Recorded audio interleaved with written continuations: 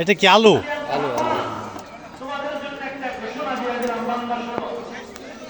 আলু কেটে কি করবেন পরে? ভাজবো তেল দিয়ে বেসন দিয়ে।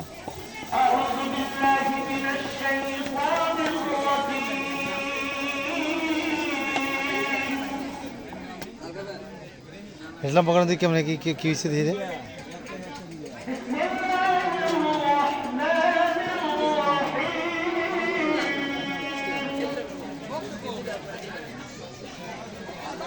আচ্ছা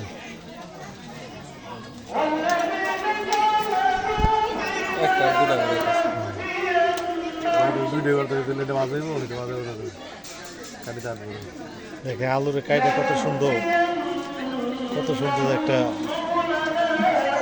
কেটে দিতে মনে হয়।